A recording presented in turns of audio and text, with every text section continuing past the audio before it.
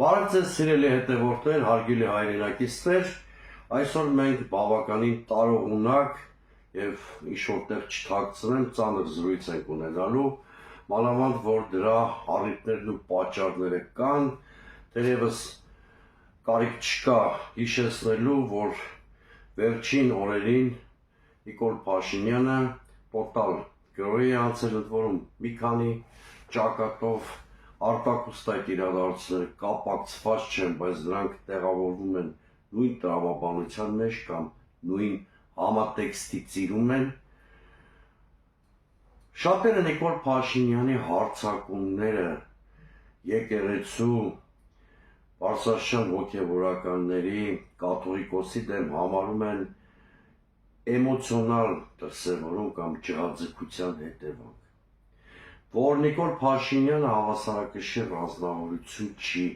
եւ մեղմ ազատ էպատաժային կերպար, այստեղ վիճելու խնդիր չկա, բայց ես չեմ կարծում, որ մենք պիտի խնդիրը այդքան պրիմիտիվ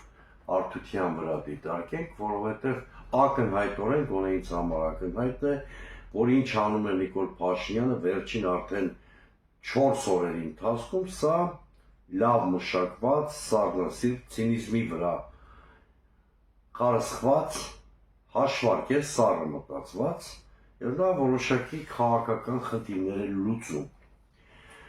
Ինչի պատճառով է Նիկոլ Փաշինյանը գնում նման գործողությունների։ Պատճառները մի քանիսն են։ Նախ մենք գիտենք, որ եւ դա Ադրբեջանի իշխանությունները չեն թաքցրել, որ Ալիևը Հայաստանի արչեւ դրել է դենացիֆիկացիայի պահանջ, դրա դրսևորումները բազմաթիվ ոլորտներում մենք տեսնում ենք, օրինակ շատ կասկածելի բարեփոխումներ են իշխանությունները անում, ինչի հետևանքով կարող է ապես կրճատվել Հայաստանի Հանրապետության զինված ուժերի թվականակը, ակնհայտորեն ոտնձգությունը տեղի ունենում անկախության հռչակագրի դեմ, կասկածի տակ է դրվում ցեղասպանության փաստը, ռևիզիայի ենթարկվում պատմությունը եւ մայիսի 9-ի կամ հաղթանակի օրվա հետ կապված կամ հաղթանակի խորհրդի հետ կապված երկրորդ աշխարհամարտի հետ կապված հնչում են տեսակետներ, որոնց կարող ենք հանդիպել օրինակ բանդերական Ուկրաինայի շրջանակներում, այսինքն նացիստական Գերմանիային անուղղակի արդարացնող քոնչեր են հնչում։ Ուրեմն առաջինը ֆիքսեցինք Ադրբեջանի կամ Ալիևի դենացիֆիկացիայի պահանջն է, որին Փաշինյանը հլում հնազանդ ենթարկում է եւ այս համատեքստում նա պետք է հետևողական պայքար տաներ նաեւ մեր քաղաքակրթական ինքնության կարևոր ինստիտուտ համարվող հայ առաքելական եկեղեցու դեմ։ Մյուսը ակնհայտորեն բխում է առաջի կետից, դա այն է, որ Փաշինյանի հեղինակած իրական Հայաստանի կեղծ թեզում չի կարող տեղ գտնել հայ առաքելական եկեղեցին այսօրվա կարգավիճակով։ Այսինքն, եթե մեր պետության իմ քաղաքացիության հռչակագիրը չի, եթե Ղարաբաղյան շարժումը համարվում է հակապետական շարժում, բնականաբար պետք է նաև վերաիմաստավորվի բացասական իմաստով հայ առաքելական եկեղեցու դերակատարություն։ Նիկոլ Փաշինյանը համարում է, որ իր իրական Հայաստանը կոնցեպտ է, որը պիտի պարտադրվի հայ ժողովրդին։ Ըստ էության դա նույն ադրբեջանական ենթապետության կամ արևմտյան Ադրբեջանի կոնցեպտն է, ուղղակի Նիկոլ Փաշինյանի ձևակերպմամբ, եւ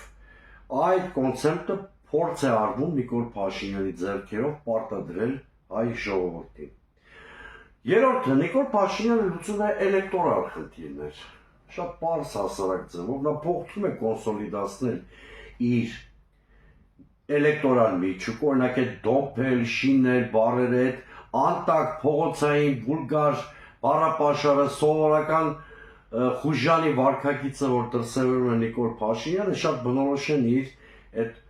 էլեկտորատին, էլեկտորալ միջուկին, լումպենին կամ օխլոսին, դա նրանց դուր է գալիս, Նիկոլ Փաշինյանի մեջ տեսնում են իրենցից մեկին եւ հպարտանում են, որ իրենցից մեկը զբաղեցնում է երկրի ղեկավարի դիրքը, բայց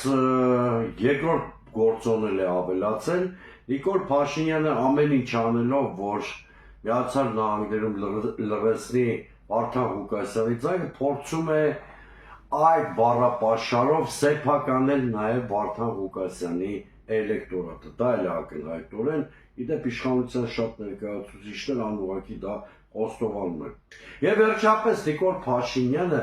փորձում է իր շուրջ կոնսոլիդացնել հասարակական այն խմբերին, որոնք մարգինալ են իրենց բնույթով եւ տարբեր պատճառներով չեն ընդունում հայ առաքելական եկեղեցուն։ Նրանք աղանդավորներն են, հասարակական այլ մարգինալ խմբեր, որոնք մեր արժեհամակարգը չեն ընդունում եւ որպես հասարակական խմբեր դիրքավորվել են եկեղեցու դեմ։ Նիկոլ Փաշինյանի այս տոտալ արշավը կապված է նաև նախընտրական տրամաբանության հետ։ Նա փորձում է Հայաստանում հաստատել մի ռեժիմ, որը այլ ավելի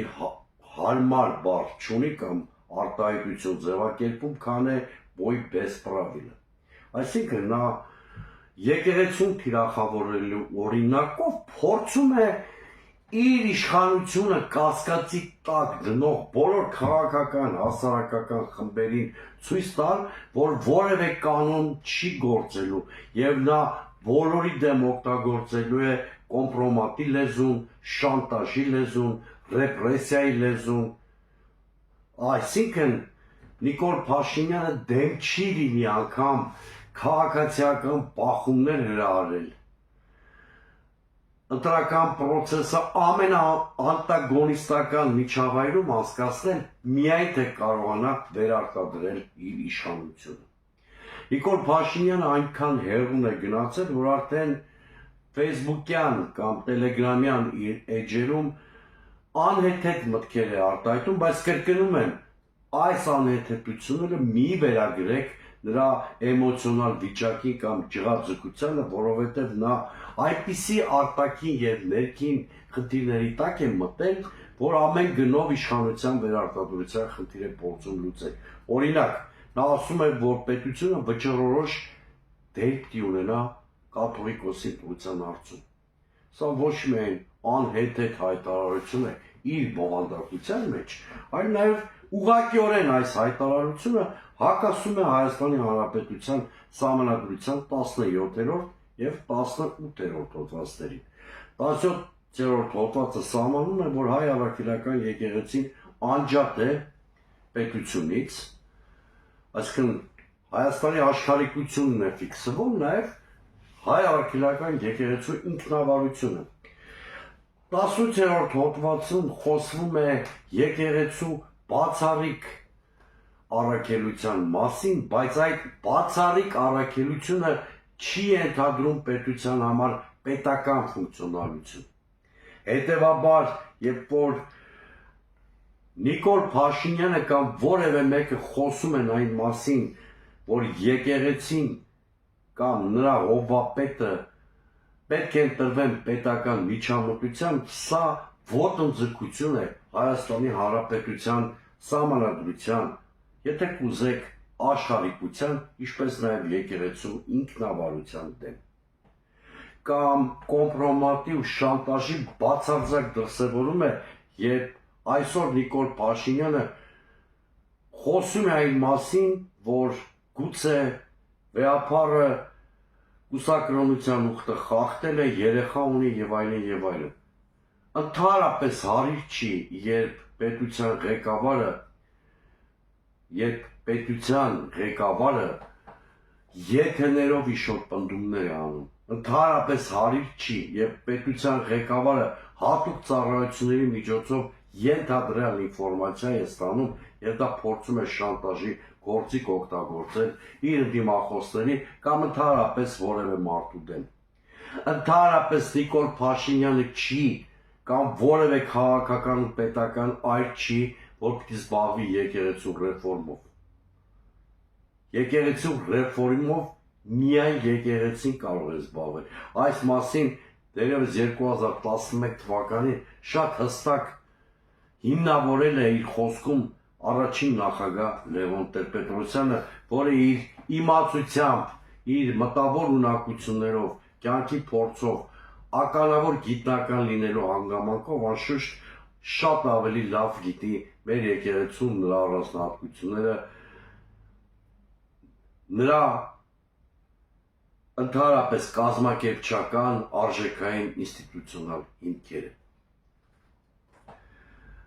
Թվում է, թե ամեն ինչի մասին խոսեցի, բայց ես կարծում եմ այս իրավիճակում մեր հասարակության կամ ընդդիմության պատկերացումները մի քիչ սխալ են այն հարցում, թե ինչպես պետք է մենք հակադարձենք կամ հակադրվենք Նիկոլ Փաշինյանին։ Որևէ պարագայում չի կարելի, որ ընդդիմությունը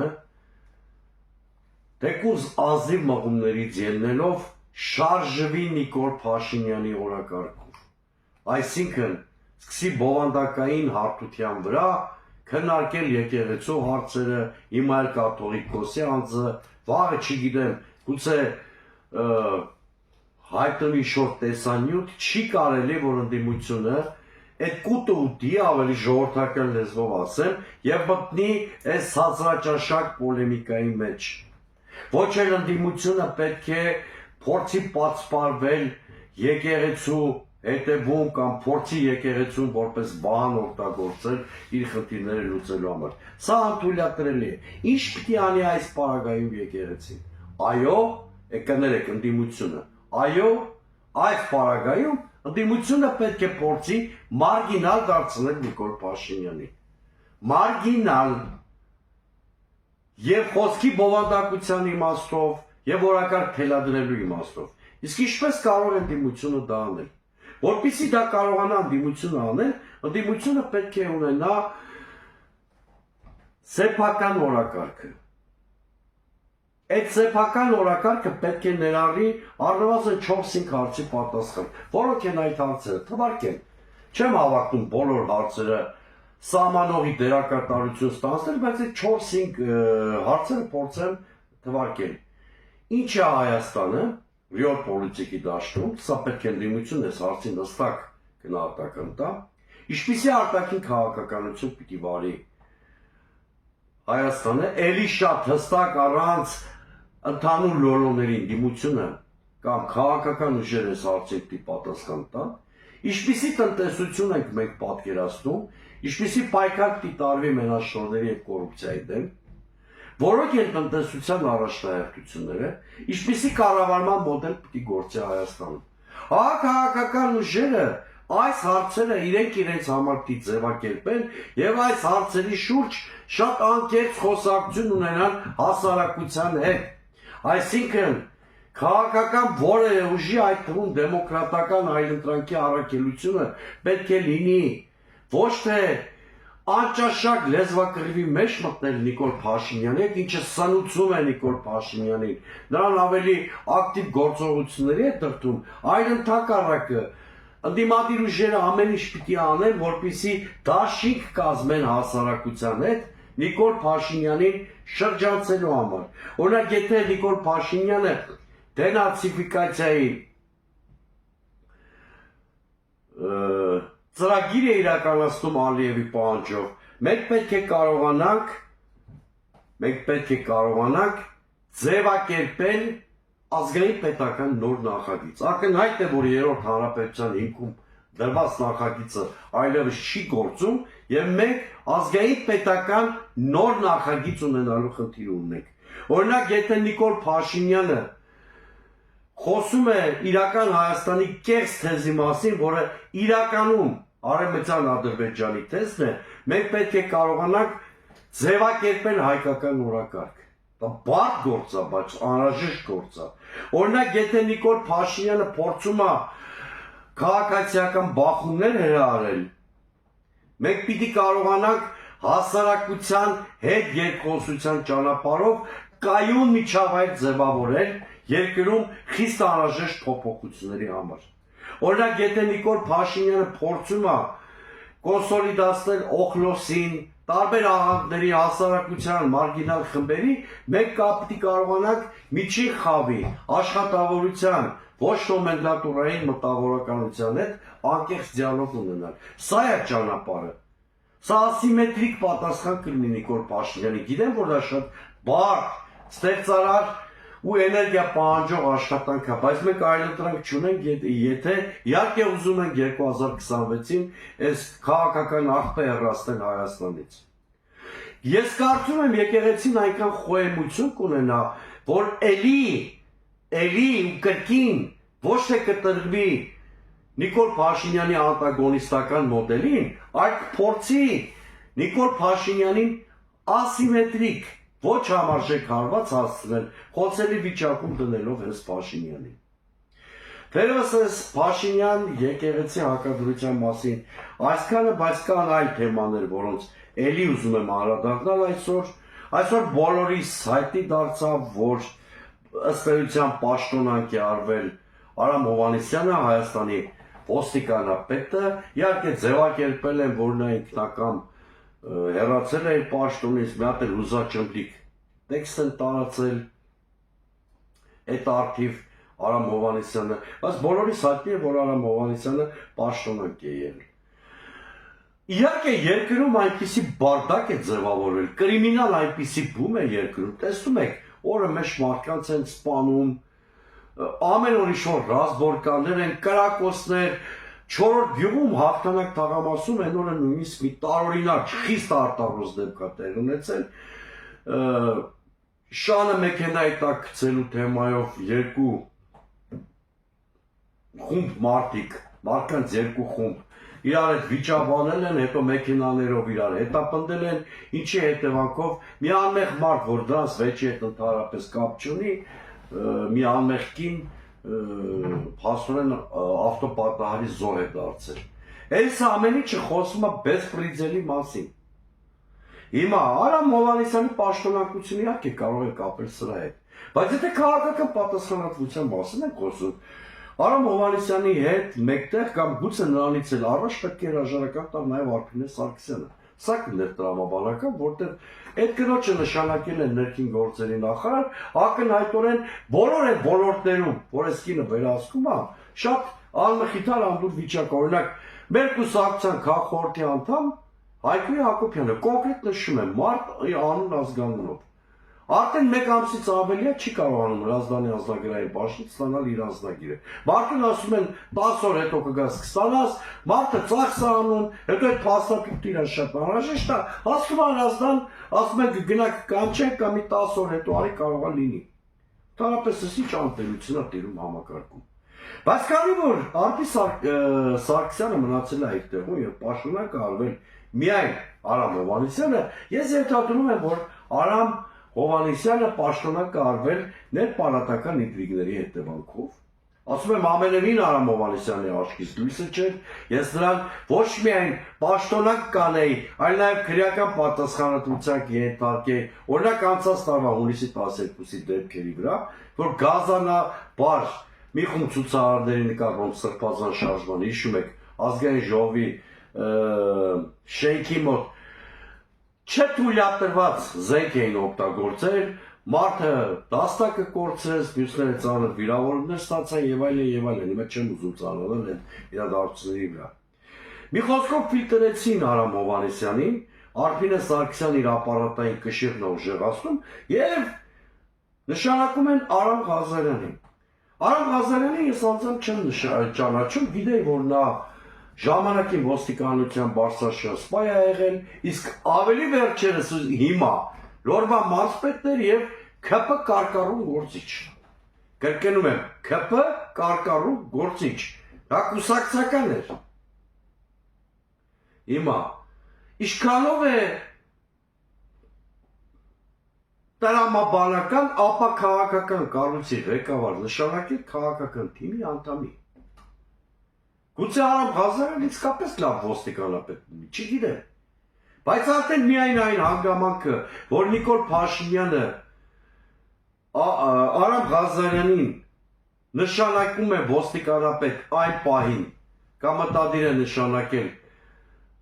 Եվ նա քաղաքական թիմի անդամ է եւ վերջին պահին ուղակի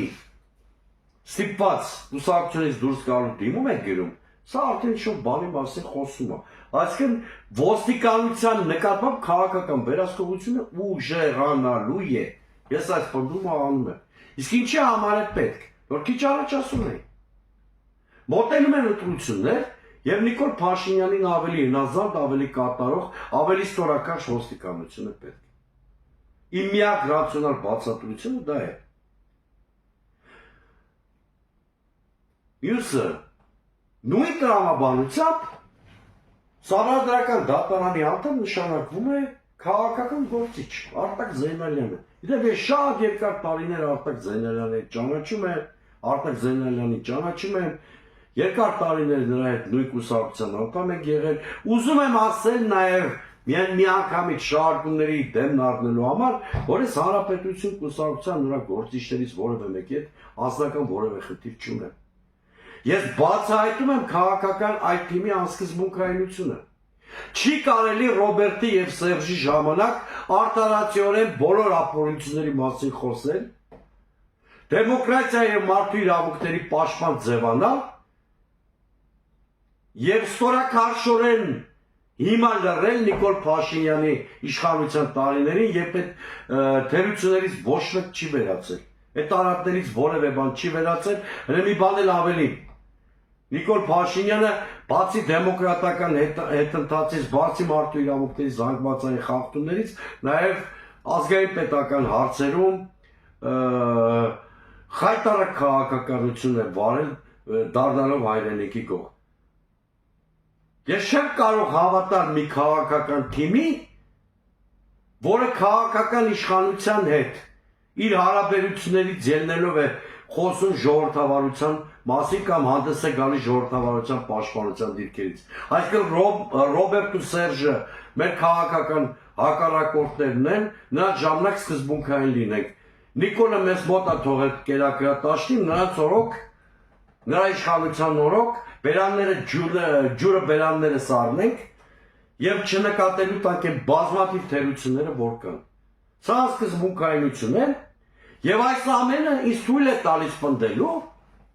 որ Արտակ Զեյնալյանը չի կարող անաչափ դատավոր լինել։ Իհարկե նա առաջադրվելու օրենքի պահանջներին բավարարում է։ Զուտ ֆորմալիստական առումով Արտակ Զեյնալյանը ՍԴ անդամի տեխնացու լինելու իրավունք ունի։ Ունի իրավաբանական մասնագիտական կրթություն, իրավապաշտպանական գործունեությամբ է զբաղվել եւ այլն եւ այլն։ Այստեղ վիճելու խնդիր չկա։ Եվ գուցե մասնագիտական առումով իսկապես Արտակ Զեյնալյանը բազմաթիվ պարամետրերի համապատասխանում է։ Բայց ինչու Նիկոլ Փաշինյանը որոշեց 99 2019, 20, 21, 22, 23, 24 թվականներից ամեն ինչ անել, որ Սահմանադրական դատարանը հավաքի բռի մեջ, այսինքն յուրայինների գործուղի։ Քաղաքական էլի նշանակումներ են եղել, բայց չեմ ուզում բոլոր դրվագներին անդրադառնալ ՍԴ կազմավորման գործընթացում։ Կարող է պատահի հետո պարզվի, որ հայ-ադրբեջանական կարգավորման գործընթացի հետ էս պատմությունը գործ ունի։ Կարող է պարզվի, որ մյուս տարվա խորհրդարանական ընտրություններում Նիկոլ Փաշինյանը մտադիր է ուզուրպացիայով զբաղվել եւ գրպանի Սահմանադրական դատարանը ձևավորում, որպեսզի անկախ այն հանգամանքից ինչ այլանդակություններ տեղ կգտնեն ընտրությունների ժամանակ, ՍԴ-ն անպարտաճանաչ պես վավերացնի այդ ընտրությունների արդյունքները։ Կրկնում եմ, Արտակ Զեյնալյանի դեմ որպես մասնակից ոչինչ չունեմ, բայց իմ տպավորությամբ քաղաքականացված Սահմանադրական դատարան է ստեղծում, որը լուրջ կասկածներ է ծնում քաղաքական անանչառության առումով։ Ֆորմալիստական առումով ամեն ինչ արվում է, ինչպես դասականներ ասում, թղթով ամեն ինչ կարգին է։ Այսինքն Զեյնալյան Արտակը կուսակցությունից դուրս գալու դիմում է գրել, հեսա կբերեն ազգային ժողով, հարց ու պատասխան կլինի խրող կամ ոչ այնքան խրող ելույթներ, գովաբանող կամ քննադատական ելույթներ, քվեարկություն կարեն եւ նա կընտրվի ուրեմն ՍԴ անդամ։ Բայց ֆորմալիստական բաղադրիչից բացի կա նաեւ քաղաքական անաչառության սկզբունքը։ Իսկ այս հարցում արեք կհամոզվեք, թե հասարակությունը, թե մասնագիտական շրջանակները չեն կարող միակարծիք լինել։ Բոլորն էլ համարում են, որ Նիկոլ Փաշինյանը խնդիր է դրել ստեղծել գրպանային սահմանադրական դատարան։ Այս թեմայի մասին էլ այսքանը։ Ու ընդհանրապես կարող եմ շատ երկար այսօր խոսել, սիրելի հայրենակիցներ, թեման ասպառ է, բայց ես վերջում եւս մեկ անգամ ընդդիմադիր իմ գործընկերներին մեր կուսակցությունից սկսած մինչև ամենամեծ կուսակցությունները խորհուրդ եմ տալիս, եկեք մենք ստեղծենք սեփական օրակարգը եւ Նիկոլ Փաշինյանին անտեսելով, նրան լուսանցք մղելով դիալոգի մեջ մտնենք մեր հասարակության հետ։ Միայն այդ ճանապարհով երկրում կարող ենք հարուցել որակական փոփոխություններ։ Միայն այդ դեպքում կարող ենք ոչ թե հետևանքների հետևից գնալ, այդ պատճառը վերացնել։ Խորհրդարանական ընտրություններին մնում է 1 տարի։ Այս աշխատանքը մենք պետք է կատարենք շատ արագ ու շատ որակով։ Այսօր այսքանը վերջում սիրելի հայրենակիցներ, մի կարևոր ասելիք։ Վերջին օրերին ես նկատում եմ, որ իշխանության ամենաբարձր պաշտոններ զբաղեցնող մարդիկ իրենց վեյքերով շատ ակտիվ արածում են մեր նորաստեղծ YouTube-յան ալիքում, կոմենտների բաժնում, արածեք ինչքան ուզում եք, ես նույնիսկ մեր ադմինիստրատորին ալիքի հանձնարարել եմ, որպեսզի այդ անմակարդակ կոմենտները չջնջվի, որտեղ ցանկացած բարեխիղճ ընթերցող դրանք կարդա ու եւս մեկ անգամ կհամոզվի, թե ինչպիսի վուլգար վարքագիծ ունեն այսօրվա իշխանությունն ու նա արածող ֆեյքերը, դա ինձ ընդհանրապես չի անհանգստացնում, արածեք ավելի հետևողական, արածեք խմբերով, բոլորիդ համար իմ YouTube-յան ալիքում հատուկ ձեզ համար նախատեսված խոտը պարարտ կա։ Մի խոսքով կարող եք խմբերով մտնել, արածել ինչքան ուզում եք, արդից օգտվելով էլ կոչ եմ անում ձեզ բաժանորդագրվեք իմ YouTube-յան ալիքին, գնալով մեր էջը մեծանում է մեր ալիքը, մեր կոնտենտների թիվը շատանում է, բազմաթիվ հետաքրքիր բաներ կգտնեք ու էլի խոստանում եմ կլինեն, պարբերական են մեր եթերները գիտեք, ինձ հետևեք նաև Facebook-ի, X-բլոգի, Telegram-ի, TikTok-ի հարթակներում։ Այսօր այսքան է, միշտ օր հանդիպում։